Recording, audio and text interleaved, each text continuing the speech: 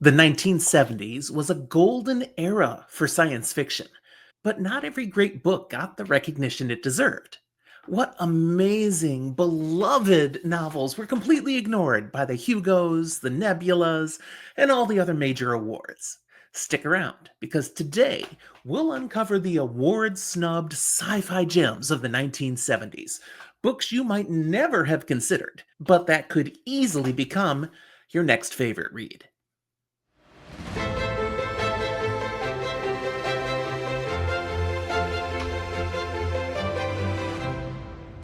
Hi, I'm Jim. Welcome to Fantasy for the Ages, the show where I and my son Zach talk about fantasy, science fiction, horror, and other nerdy things we enjoy. Today, it's just me flying solo, bringing another fun episode to you. If you are a first time viewer, I sure hope you'll like that episode, subscribe to the channel, and hit that notification bell so you'll be reminded when all our new episodes are coming out. We're just here to entertain. And thank you to our Patreon supporters. Your help continues to make this possible. If you'd like to join our Patreon, check out the link to our Patreon page down in the show notes.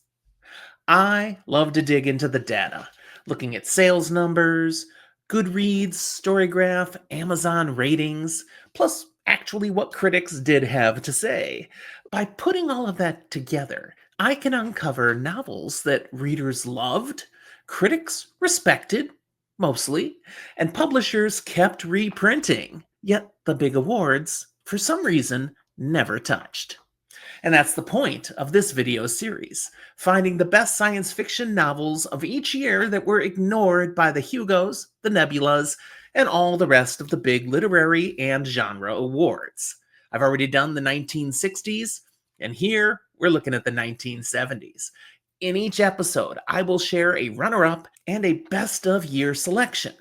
These are the books that were extremely popular, well-loved, and critically praised, but completely overlooked by those award committees. I gotta tell you though, the 1970s, this was not an easy list to compile. Once the Locus Awards showed up, which is a fan-nominated list originally generated to give the Hugo Awards Committee more books they ought to be considering, it was hard to find books without an award nomination. The Locust people, they're just handing out nominations like candy to every one of these books that had a lick of value. So a ton of great sci-fi of the 1970s was disqualified from this list, my list, because it's got at least that one nomination. But still, they didn't get them all. These are the sci-fi snubs, and they just might be your next great read.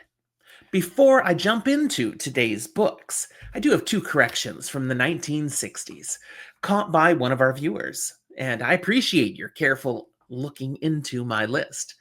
The best book that I listed for 1961 was Memoirs Found in a Bathtub. Now, that is correct, except it was the Polish original version that came out in 1961. I can't read Polish, so most of the world would have instead have been enjoying the English translation that came out in 1973. And of course, that couldn't have been listed in the 60s, so my bad on that one. The runner-up for 1962 is my other error. I listed Captive Universe by Harry Harrison, and that's a complete year mistake. That book didn't come out until 1969. So it's still applicable and a great pick for the 1960s as a decade, but I had it in the wrong year. And I went back and I looked at my notes and where my data came from. I have no idea how I made that mistake. It just goes to how tricky it is when I'm looking at all these different sources to get this right and get an episode out to you without making you wait too long. So sorry about that. I still think that's a worthy book. But I'm going to try to get the 1970s correct. There's been a little more gap before this one came out. And let's see, what did I find? Again, two novels for each year. I've tried to triple check.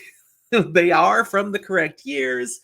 I'm going to start with the runner-up and then give you what I consider the best book based on sales and fan ratings and even what some critics might have said.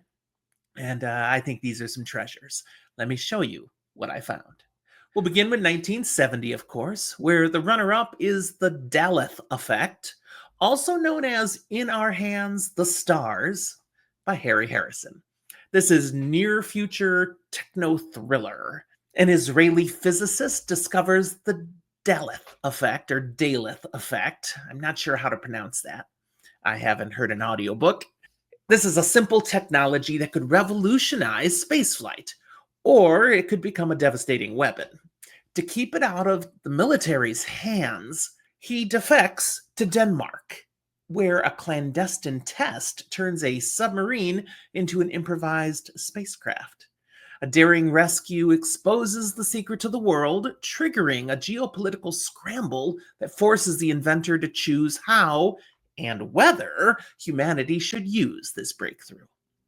The best sci-fi novel of 1970 that was snubbed is A Maze of Death by Philip K. Dick. This is philosophical science fiction and a psychological mystery. 14 colonists arrive on the planet Delmac O and soon face a string of inexplicable deaths that turns their mission into a locked room nightmare. Each clings to a peculiar, standardized theology that may be a tool or a trap, shaping what they can perceive. As paranoia mounts, reality itself starts to slip, revealing a deeper design that recontextualizes everything they thought they knew. Moving on to 1971, our runner-up is Ground Zero Man, also known as The Peace Machine by Bob Shaw. This is a techno-thriller science fiction novel. An underachieving mathematician discovers a way to set off all the world's nuclear devices at once, then tries to use this as a threat to end the arms race. Governments and spies scramble to neutralize him as the invention's implications spiral out of control. Shaw drives to a bleak, thought-provoking finale about technology, deterrence, and unintended consequences. The best science fiction of 1971 with no award nominations is The Flying Sorcerers, a collaboration of David Gerrold and Larry Niven. This is a comic first contact sci-fi story. A stranded astronaut tries to rebuild enough tech to get off of a Bronze Age world where the locals call him a wizard. Told through a native's eyes, the story becomes a comedy of engineering as balloons, chemistry, and material science upend a culture that reads science as sorcery. The flight home comes with a price: irreversible social change. For 1972, the runner-up of the year is Dark Over Landfall by Marion Zimmer Bradley.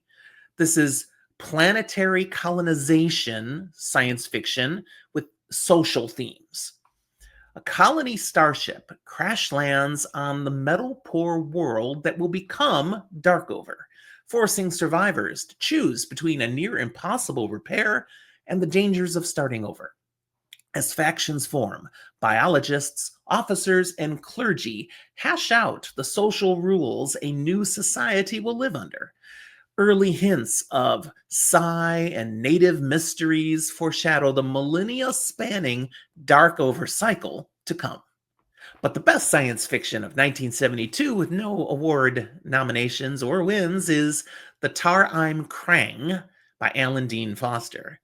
This is an adventure space opera and is early on in the Pip and Flinks sequence.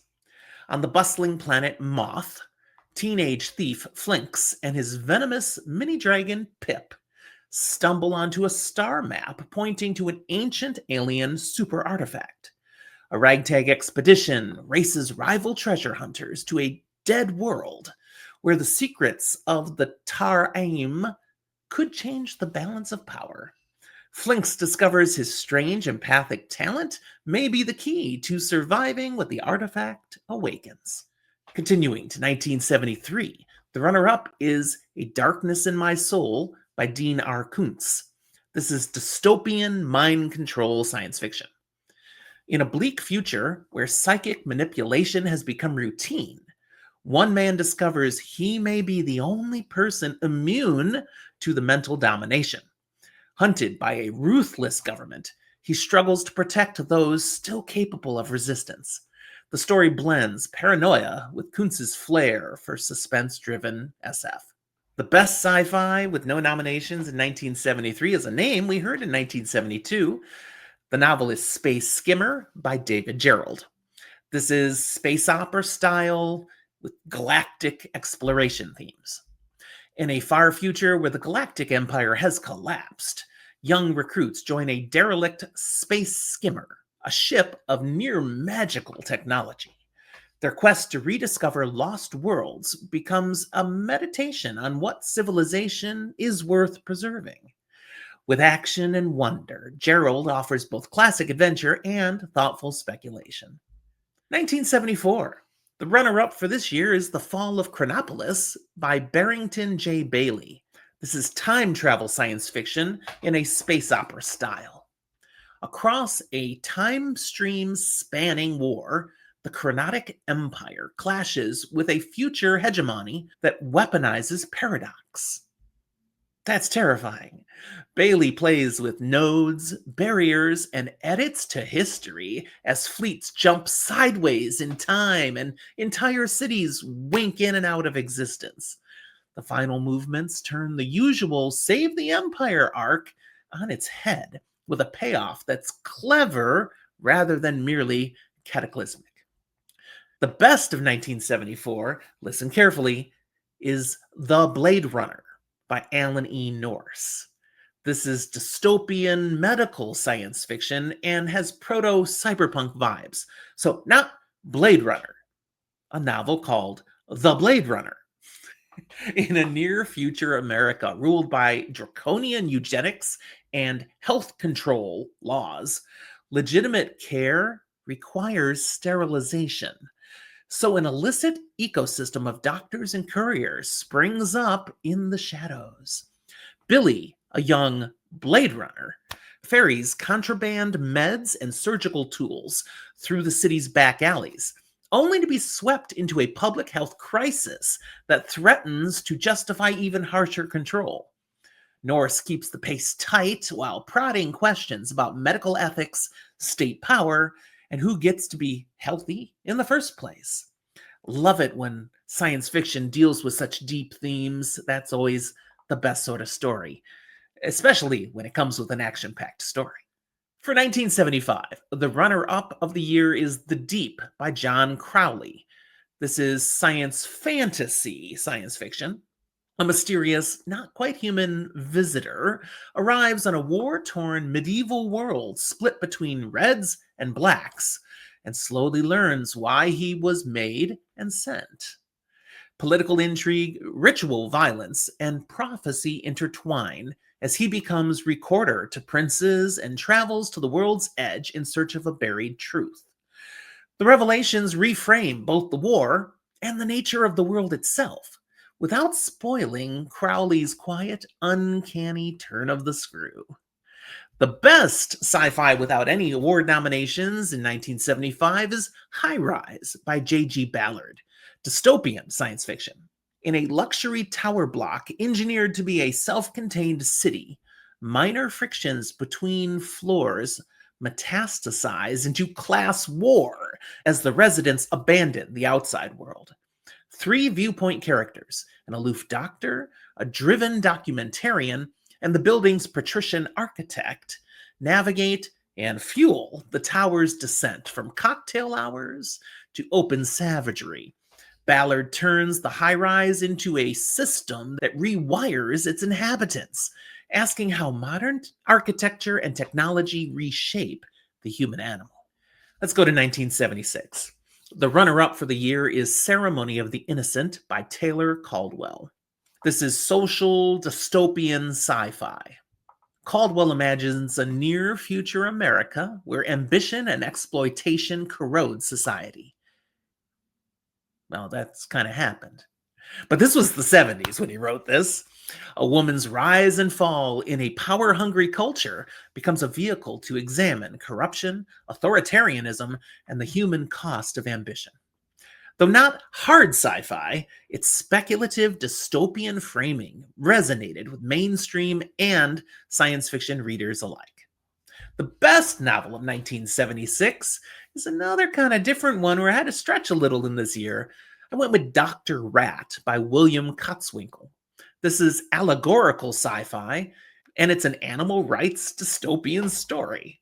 In a grotesque research lab, Dr. Rat, once an experimental subject, now a collaborator, rationalizes the brutal experiments inflicted on animals. As he recounts horrors with a mix of irony and madness, whispers spread of an animal uprising beyond the lab. The novel delivers a savage critique of human exploitation and questions who the true rats are. 1977. The runner-up this year is The Grand Wheel by Barrington J. Bailey, a repeat author for this decade. This is spacefaring caper sci-fi. A mathematician who studies chance is drafted by a galaxy-spanning cartel to represent humanity in an ultra-high-stakes card game whose rules mutate as it's played. As he learns the baroque gambits of alien rivals, he discovers the Grand Wheel is fixing outcomes far beyond the table. Winning may secure Earth's place among the stars, if he can figure out a game that refuses to stay the same. For 1977, the best of the year with no nominations or awards is The Jupiter Theft by Donald Moffat. This is hard science fiction, a first contact style novel. When a new X-ray source near Cygnus heralds a planet-sized convoy hurtling into the solar system, a joint Sino-American mission diverts towards Jupiter. The intruders prove to be refugees who strip mine gas giants for fuel, and their zoo-like detainment of humans becomes the crew's only chance to learn and escape. What they bring back could propel humanity to the stars if we survive the lesson. Moving on to 1978, the runner-up sci-fi novel is Survivor by Octavia E. Butler. This is colony first contact science fiction and is part of her Patternist universe. A refugee cohort flees plague-ravaged Earth and crash lands on the planet Astra, where rival alien species, the Tekone and the Garcone, press a young human, Alana, into the middle of their long struggle. As she learns their languages and loyalties, Alana must decide whether human survival means adapting to alien culture or reshaping it. Butler threads uneasy questions about assimilation, power, and belonging through a taut survival story.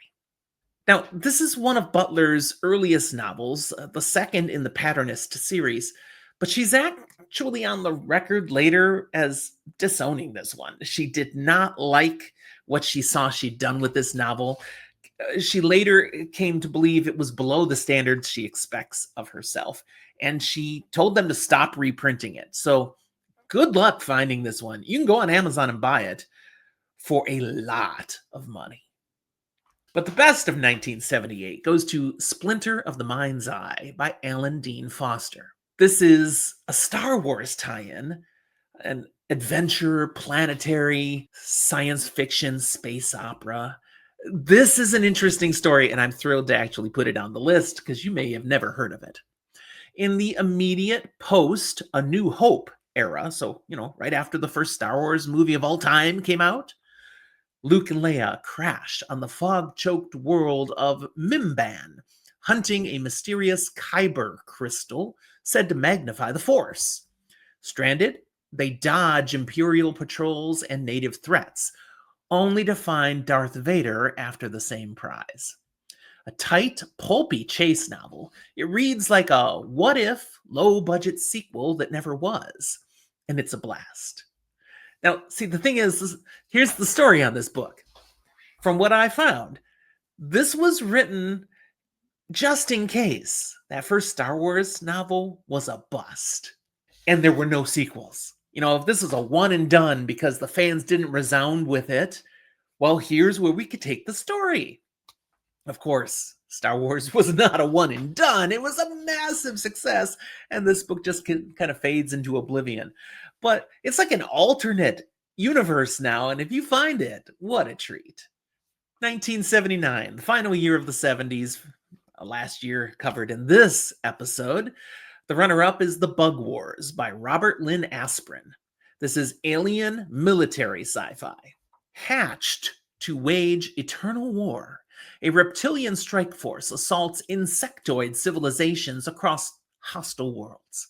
As the campaign grinds on, a field commander begins questioning the logic and morality of extermination as intelligence and culture appear on the enemy side.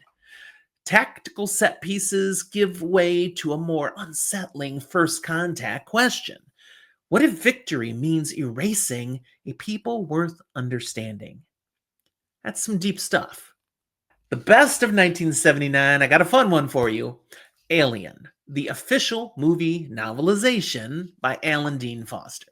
This is space survival, first encounter, sci-fi horror. After answering a mysterious beacon, a commercial starship's crew brings something aboard that should have been left in the dark. As claustrophobic corridors narrow and trust phrase, Warrant Officer Ripley pieces together a corporate agenda that's as lethal as the organism that stalks them. Foster's prose adds inner monologues and world texture that intensify the dread you remember from the screen. And there's the 1970s. 10 years, another 20 novels that somehow were overlooked by the big awards, but still thrilled readers with amazing stories, characters, and ideas. They are worthy. So what do you think? Which of these books should you read next? Add to your TBR. Did I miss a favorite from the decade that you'd put on this list? Let me know in the comments. Be sure to make sure it had no nominations before you start plugging it. Don't forget to like, subscribe, and hit that bell so you're ready for the next episode where we'll move into the 1980s and keep uncovering the best sci-fi award snubs of each year. And in the meantime, keep reading, keep dreaming, keep discovering. Thanks for watching. We'll talk to you next time.